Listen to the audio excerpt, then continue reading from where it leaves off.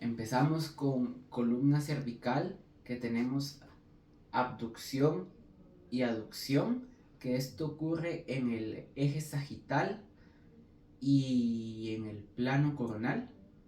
También tenemos flexión, extensión e hiperextensión, que esto ocurre en el plano transversal, en el eje transversal, plano sagital.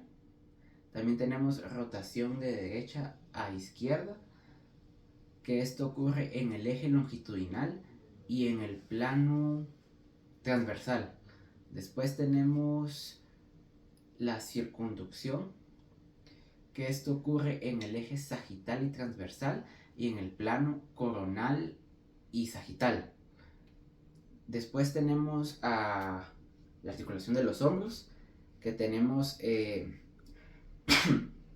perdón, flexión a 90 grados, extensión e hiperextensión a 45 grados, que esto ocurre en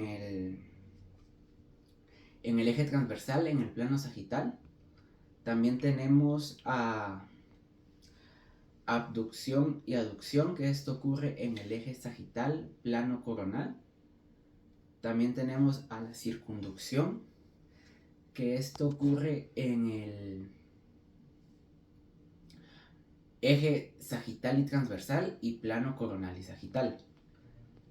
Tenemos a la rotación, que esto ocurre en el eje longitudinal, plano transversal. Y ahora vamos con el codo, con la articulación codo, que tenemos que ocurre flexión y extensión, esto en el eje transversal, plano sagital. Ahora vamos con la articulación radiocarpiana, que aquí tenemos la rotación interna y la rotación externa, que esto ocurre en el eje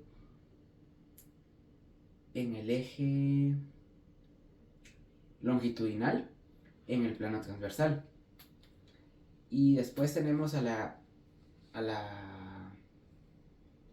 articulación radiocubital, que aquí tenemos flexión, extensión e hiperextensión, que esto ocurre en el eje transversal, plano sagital.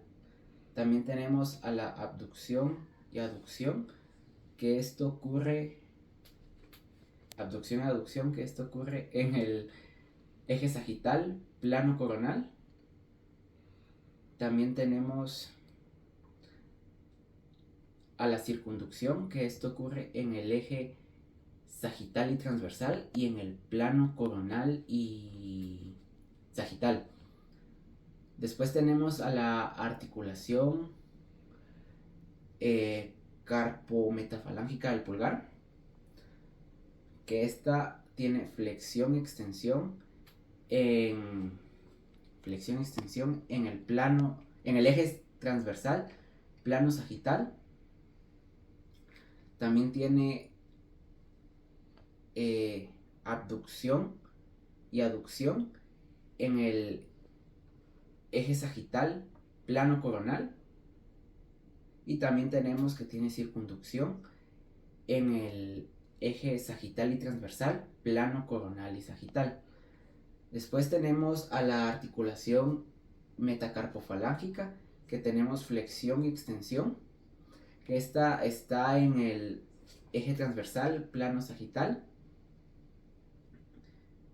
También tenemos aducción y aducción, que se encuentra en el eje sagital, plano coronal. Y tenemos a la circunducción, que se encuentra en el eje sagital y transversal, en el plano coronal y sagital. Después vamos con las interfalángicas, que estas tienen flexión y extensión en el eje transversal, plano sagital, y que también tienen circunducción en el eje sagital transversal, plano coronal y sagital. Y también tienen abducción y aducción, que eso ocurre en el eje sagital, plano transversal. Ahora vamos con la columna dorsolumbar, que esta tiene flexión a 90 grados, extensión, hiperextensión a 45 grados. Esto en el eje transversal, plano coronal. Perdón, eje transversal, plano sagital. Después tenemos abducción y aducción, que esto ocurre en el eje sagital, plano coronal. También tenemos a la rotación, que esto ocurre en el eje longitudinal, plano transversal. Y tenemos a la circunducción, que esto ocurre en el eje sagital y transversal y en el plano coronal y sagital. Luego tenemos a la cadera, que tenemos abducción y aducción en el eje sagital, plano coronal. Tenemos flexión, extensión e hiperextensión en el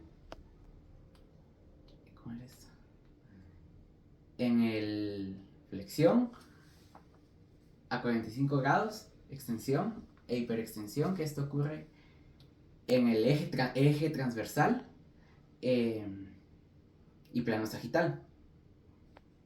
Después tenemos circunducción,